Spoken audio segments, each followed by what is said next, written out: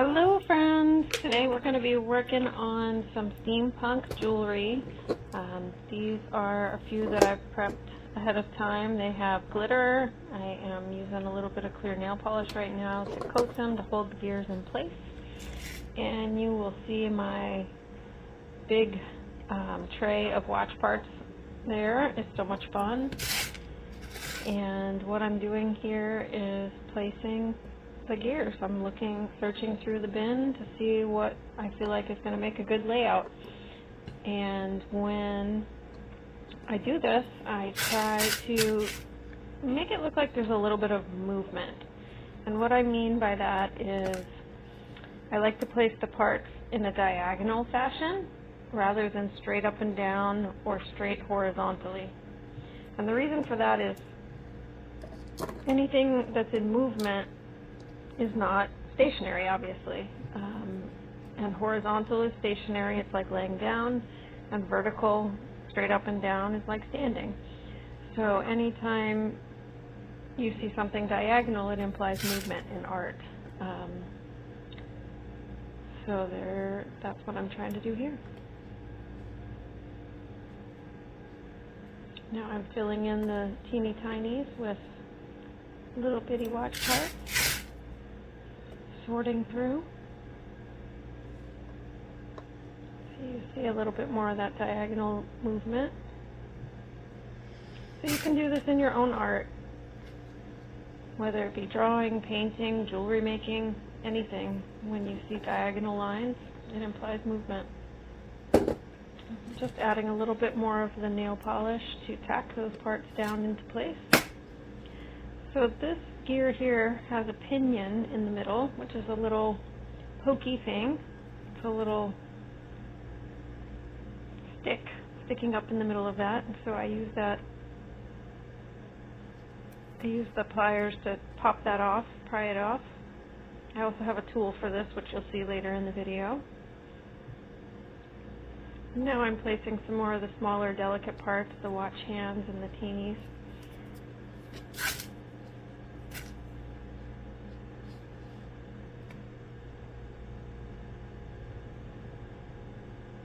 And as I get better at this, I will change the camera angle a little bit around. Just playing with it to see what works right now. And I'm constantly cleaning that tray and cleaning my tweezers because static makes little parts stick. There's little bits of other stuff in that bin. I get the watch parts from a watch repair company, and so they come 10 pounds at a time in a bag, so you never know what's in there. Little bits of glass from the watches, or dust, or... That's a thumbs up, sorry. We're going to work on pendant number 2 here. And again, I've prepared this ahead of time. Use some nail polish and glitter. This one is a 2-tone blue piece.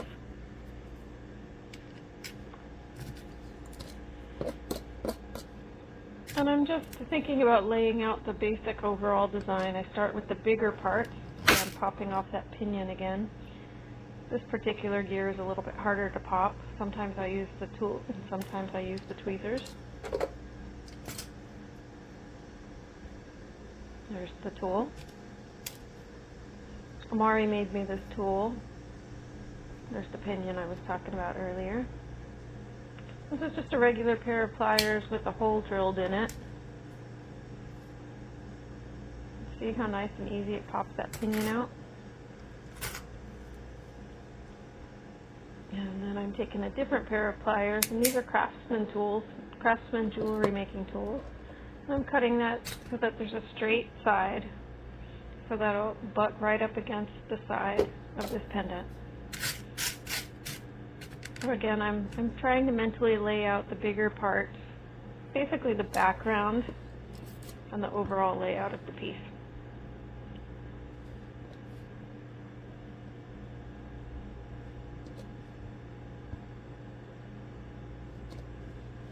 And here I decided that that other gear was a little bit too big.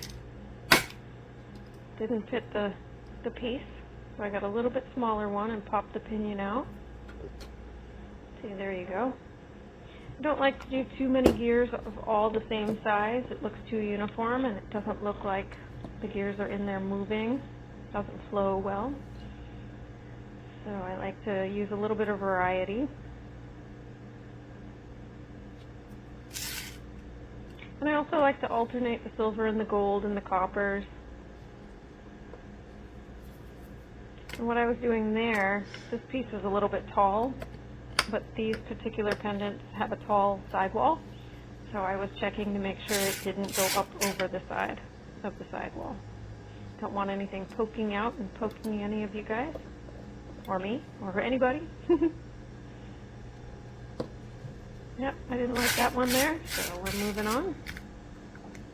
And I used to pre-sort my parts, but I find that having them all together is kind of fun. Sometimes I'm surprised by what I find in there.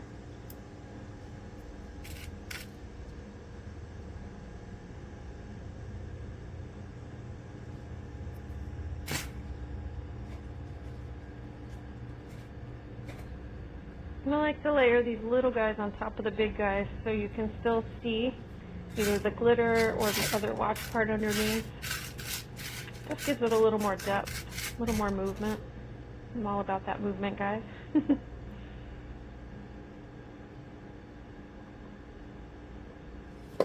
Even when I call you guys, it's guys, gals, and everything. I call everybody guys. Tacking down with a little bit more nail polish. This is a clear nail polish. There's only one brand that I use. It doesn't yellow. I let it dry for another 24 to 48 hours before I resin it so that I'm sure that it's completely dry and won't react with the resin.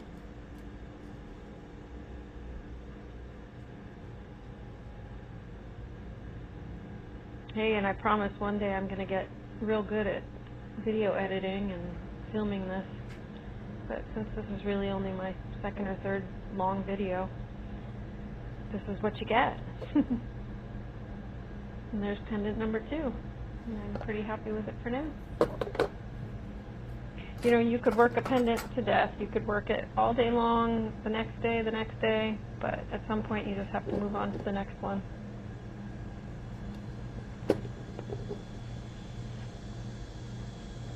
And this piece, Nurses Saves Lives, you can see it needs to be polished, but I'll do that before I put the resin on it. At this point, it doesn't matter.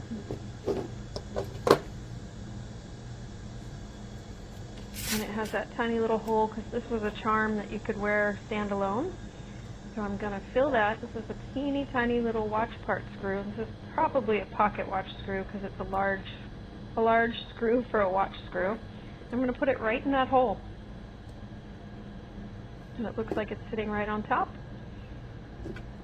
And when I create these heart pendants, I like to put a gear in one of the top sections of the heart.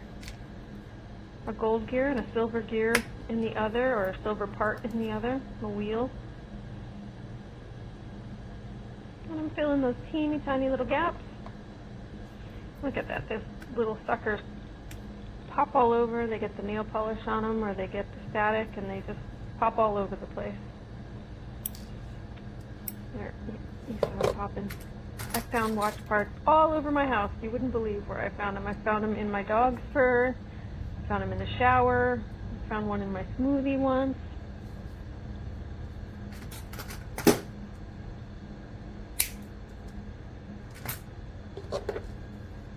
And that part just had a little, I just call them pokey things. The little pokey part sticks out.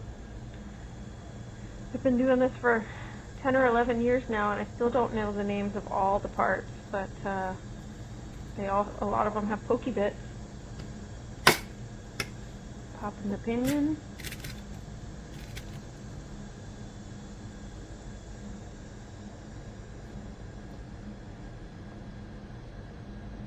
And there we do some layering.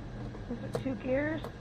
I didn't like the placement, so I'm going to put that one underneath and this one on top. And that way it doesn't stick out above the sidewall of the pendant.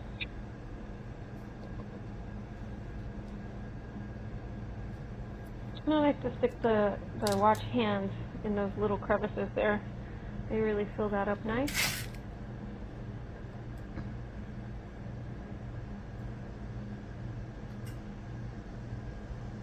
I think that's a crown, which is the little winding stem on the side of the watch.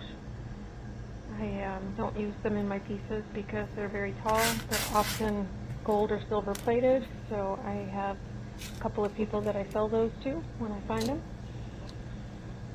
In particular, the ones with brand names on them. People are always looking for those. And the glitter underneath this piece was sticking up a little bit, and so I couldn't get that gear to go totally flat. So I was just manipulating that a little bit.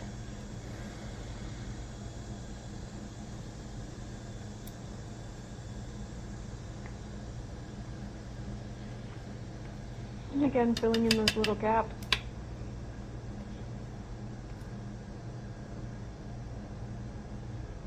And filling in the tiny little, teeny tiny gaps on the side of that pendant.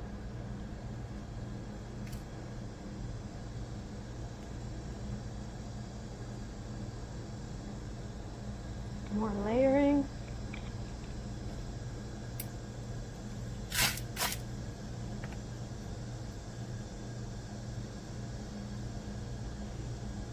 And creating some of that movement again. Diagonal lines. When I have these bigger gears, I like to put two hands so it almost looks like it's its own clock with a minute hand and an hour hand. I don't always do it, but I like it. It's kind of fun, and I don't ever like that to be straight up and down or sideways either. I like them to be at funky angles. As a matter of fact, I like to do 5 o'clock somewhere pendants. One of my customers once suggested it, so I do a lot of my pendants with the watch face set for 5 o'clock. Unfortunately, 5 o'clock is straight up and down and almost straight up and down again. The 5 is just barely diagonal, so it's not as much movement as I'd like, but 5 o'clock somewhere, people love it, so it's super fun.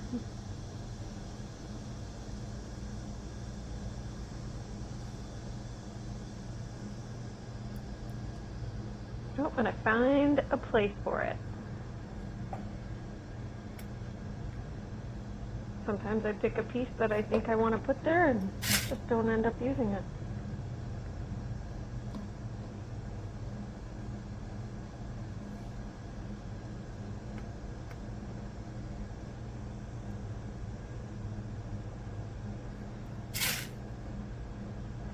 And here I go sorting, and this one I could not pick up this piece.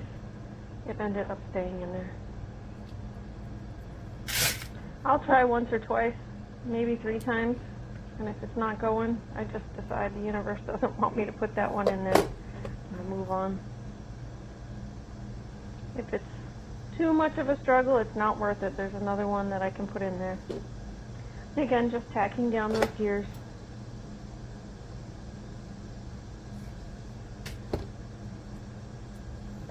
Cleaning off my tweezers. You want to make sure that they're straight and that they're flat and that there's no nail polish or dust or gunk on there.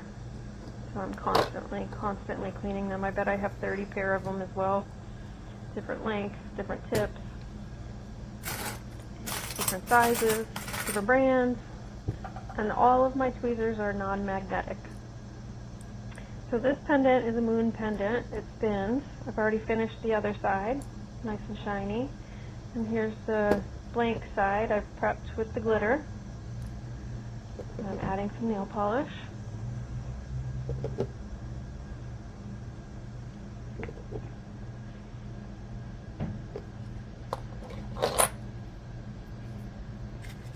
And you'll see me add polish to the bottom and then dab a little on top as well. I just really like to make sure those parts are stuck down. And then if I move my pieces, you know, or bump the tray, it's not a big deal. For the first several years that I did this, gosh, probably the first 3 or 4 years that I did this, I didn't use the nail polish. And anytime I would bump the tray, I would ruin all the pieces I had worked on that day or for 2 or 3 days, because sometimes I don't resin for a few days. And I was going to do a class at one of my shops out in Daytona, Nicole's Beach Street Mall. Shout out to you guys. And I was going to do a demo and a class, and figured out that I could use the clear nail polish and that it would tack them down and I wouldn't have to worry about them sliding around. This gear wasn't flat, so I was trying to make it flatter so that it wasn't going to stick up out of the piece. Often you can't tell that when it's in there, but you don't want it, again, poking up or doming too much. And here I'm just playing with the layout. You know, you could put it in a straight line, like it's just going out to outer space, but again, I like that movement. I like that curve. And you saw that big piece in the beginning, I cut it to fit the round.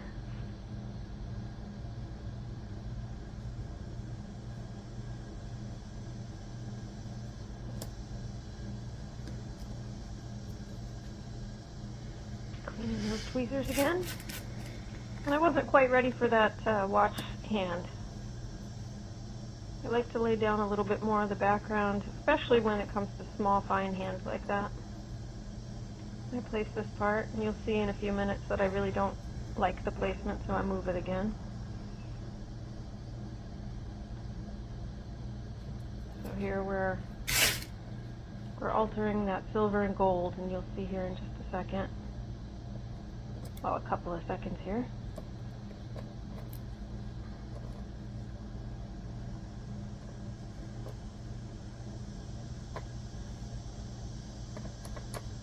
And then I'm really just pressing it down to make sure that that clear nail polish has tacked it up.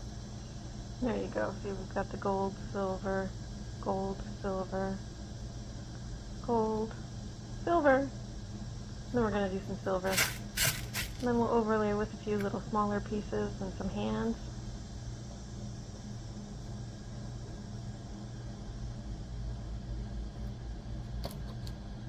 This one was driving me crazy. I could not get this one to go where I wanted it to go.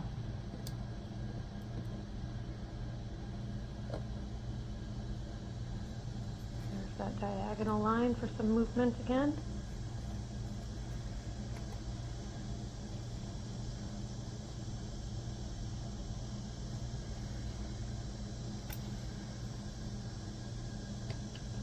So I hope you guys have really enjoyed this video. It is just a little bit of me doing my thing. This is what I do just about every day. I like to work on these pieces in the summer for a couple hours a day, and gosh, in the fall, winter, and spring, when we're in show season, I'm working probably 6, 7, 8 hours a day just on this. And then Miss Kelly is working on pieces as well. She started back to work tonight, which is awesome. If you don't know Miss Kelly, we'll get her on a video at some point in the future. Kelly, I don't know why I called you Miss Kelly, but you're Miss Kelly now.